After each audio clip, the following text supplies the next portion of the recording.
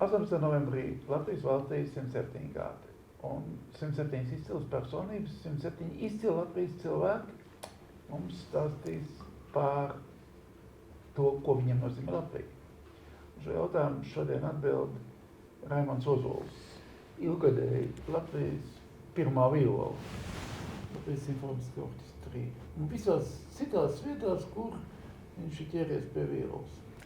40 gadus uz profesionālās skatuves. Pirms tam 7 gadus operas un baleta teātra orķestrī. Un pēc operas sekoja Latvijas Nacionālais simfoniskais orķestris 32 gadi. Vēl pirms operas vienu gadu es ieskrējos ar operetes teātri.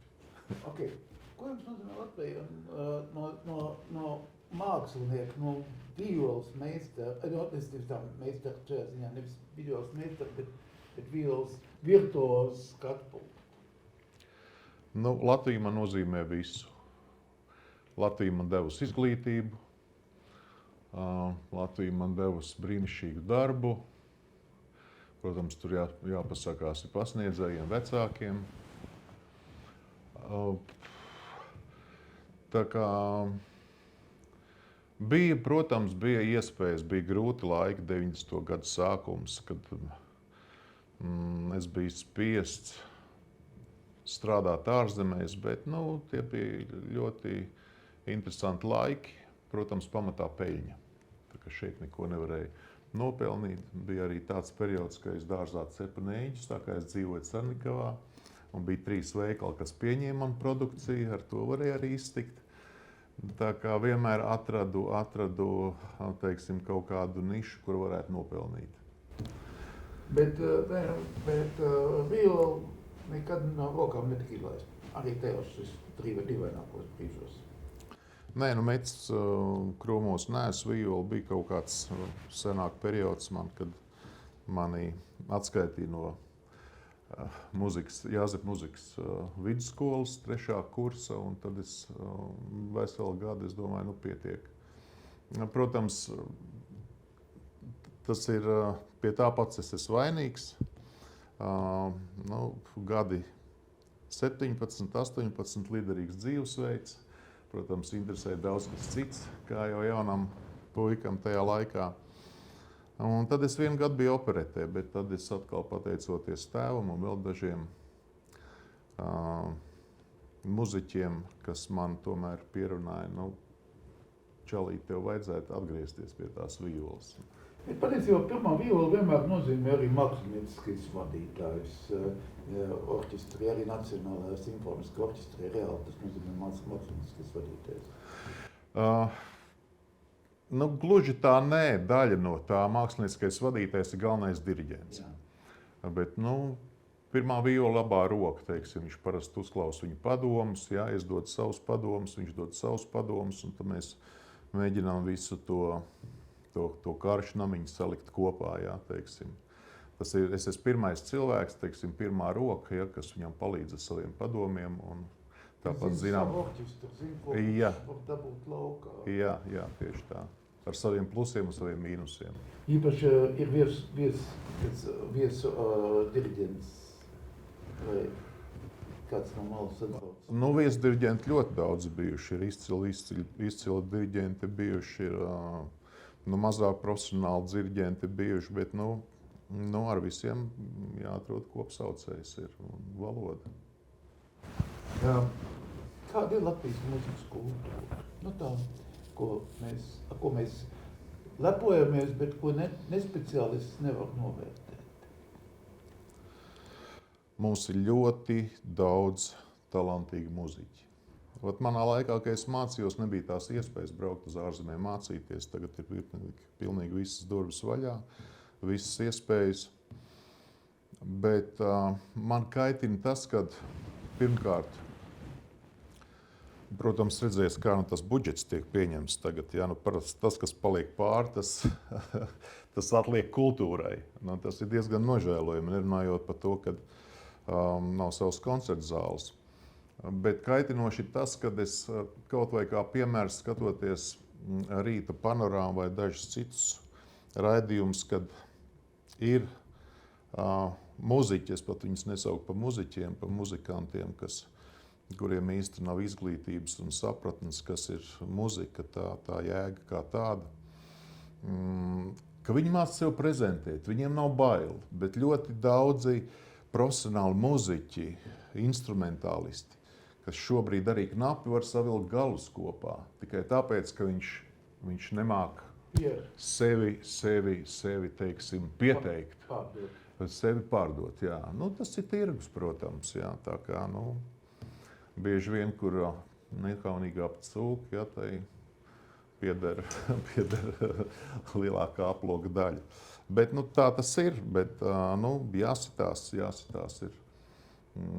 Arī šī sfērā ir ļoti liela konkurence, un ir iespēja sev pierādīt, un daudz no tiem muziķiem ir pierādījuši, bet daudziem neiet tik viegli.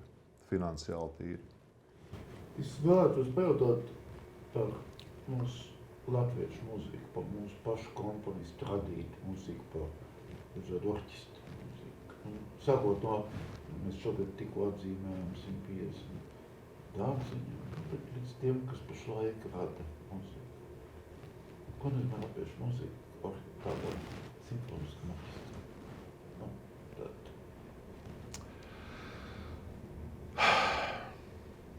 Sarežģīts jautājums. Jā, komponisti daudz ir, izlec kaut kādas pērles ārā, kaut kādi forši skaņdarbi, bet bieži vien tāpat kā simfoniskā orķestrī mēs daudz esam atskaņojuši jaunus skaņdarbus, kā piesaka pasaules pirmatskaņojums. Un tā viena reize izskan, un ar to arī ir viss, un tā ir pēdējā reize. Tā kā es negribu saukt vārdos, bet ir mums komponisti tiešām, ar kuriem mēs varam lepoties, bet ir daudzi komponisti, kuriem, acīm redzot, vajadzētu varbūt mainīt profesiju, bet viņam tas patīk. Un, protams, viņš grib ar to pelnīt un iztikt, bet nevienmēr tas tā ir reāli dzīvē. Bet ir tāda darba, kas no mums simfoniskais orķestrs nospēlē un kāds cits tomēr paņem pasaulē? Jā, protams. Protams, ir daudz, teiksim, pateicoties savā laikā Marisam Jansonam, tāpat tās arī tagad Andris Nelsons, kurš ir viens no pasaules vadošākiem orķestriem. Ir tādi opusi, un ja tā salīdzina mūsu mazā valsts, tad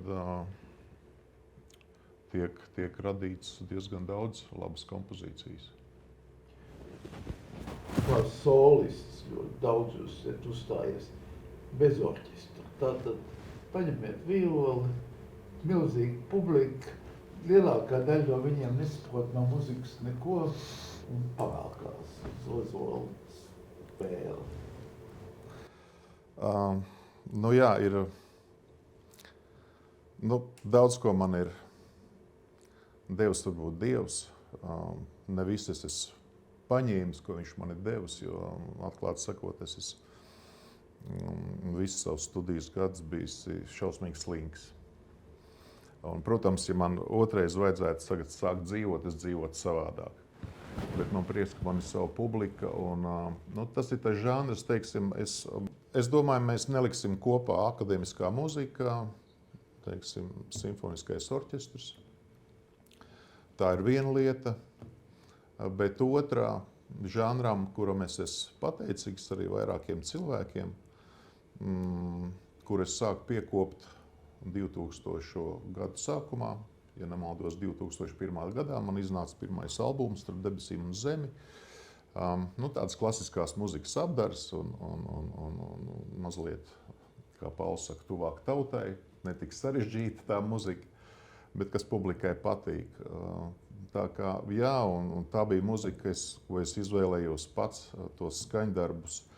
Un man bija ne tikai gandarījums, bet es daudz vairāk ar to varēju nopelnīt, nekā sēžot simfoniskā orķestrī kā pirmā viola. Tas pēdējais būtu vēlējums savām klausītājiem, savai valstī, savai zemē, savai tautai 107 gados un nākotnē.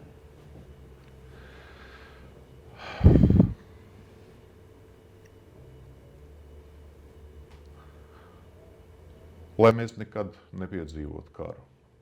Jo viss tās šausmas, neskatoties uz to, cik grūti iet Ukraiņiem, viņiem arī ir savs orķestrs, savu kultūras dzīve. No Latvijas daudz muziķi arī ved viņiem instrumentus, un viņi mēģina visu to kaut kā neredzēt, bet tas nav iespējams. Protams, lai tu kā latvietis būtu viens pret otru lojāls un atklāts un vienmēr viens otram palīdzētu. Un es ceru, ka pienāks tas brīdis, ka no valdības puses daudz vairāk, gan ne tikai emocionāli, bet arī finansiāli kultūra tiks atbalstīta. Paldies.